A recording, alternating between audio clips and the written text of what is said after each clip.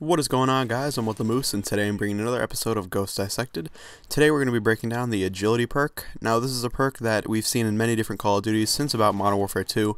It's the first time it's gone under the name Agility, and obviously it is very similar to the lightweight perk of previous games, and I'm sure you guys have used it very often, and you probably use it a lot in Ghosts, but you might not know exactly what it does, and it is good to know always exactly what your perks are doing, especially a 2-point perk, something that you can't just throw on without thinking about it. It is a fairly costly perk for what it does. So I'm going to be here to tell you guys exactly how it works and whether or not you should keep using it.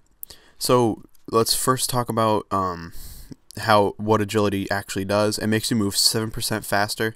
So this isn't going to make very much sense right now, unless you know base movement speeds. I'll talk about that in a little bit. But base movement speeds are determined by the weapon you have in your hands at the moment.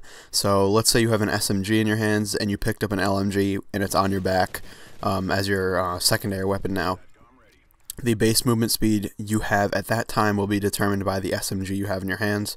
But if you switch over to the LMG, the base movement speed will be determined by your LMG in your hands. So it doesn't matter how much weight you have on your body per se, it just matters which weapon you have in your hands at that time.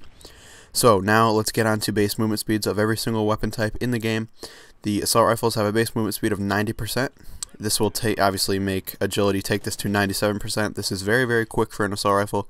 It's almost making it at SMG speed, which SMGs are at 100% of the base movement speed, and then obviously they'd have 107% with agility equipped. This makes SMGs extremely deadly with agility. That's why you see the Vepr gameplay on screen here. With agility and any SMG, you can move so quickly. You're going to run around people. They're not even going to notice you. And that's why SMGs are one of the most useful weapon classes to use the agility perk with. Now moving on to LMGs. Every LMG except for the chainsaw has a base movement speed of 80%. This will take it to 87% with agility. Now this may not seem good, but if you're going to use an LMG and you're going to rush at all, I would highly recommend using agility. You're almost definitely going to need it because it's something that you're not going to be able to rush very well with if you're only running at 80% of the base movement speed. People are going to be able to catch up to you. They're going to be able to knife you from behind, or they're just going to be able to find you and shoot you from behind. Now, with 87%, you're almost running at assault rifle speed, and that's pretty doable, especially with a big LMG that can become really good if you can move quickly around the map. Now, the chainsaw moves at 90% of the base movement speed, and obviously 97% of the base movement speed with agility equipped. Now, marksman rifles move at 90% of the base movement speed and obviously 97% if you equip agility. This is pretty good. Marksman rifles running at almost SMG speed is pretty darn good in my opinion. I would only recommend this if you're going to run a marksman rifle with a 3-round burst attachment. Other than that, if you're shooting them single shot, it's going to be really difficult to get your targets shot, especially if you're trying to rush. That's not a tactic I would like to employ. But then again, if you're good with it, agility will definitely help you out in that situation.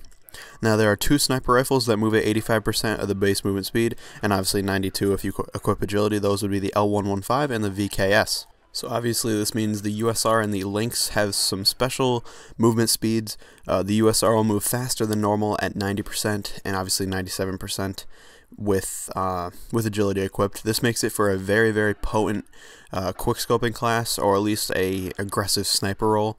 You can definitely try the USR with, say, a ACOG and be kind of a lone wolf running out in the open, especially with agility equipped. You'll be a lot better at that. Now, the Lynx moves very slow at 80% and only 87% with agility equipped. This is a little disappointing. It will make the Lynx a little better to run around with, especially since it's a semi-automatic weapon, but overall I wouldn't recommend running around with a Lynx at all.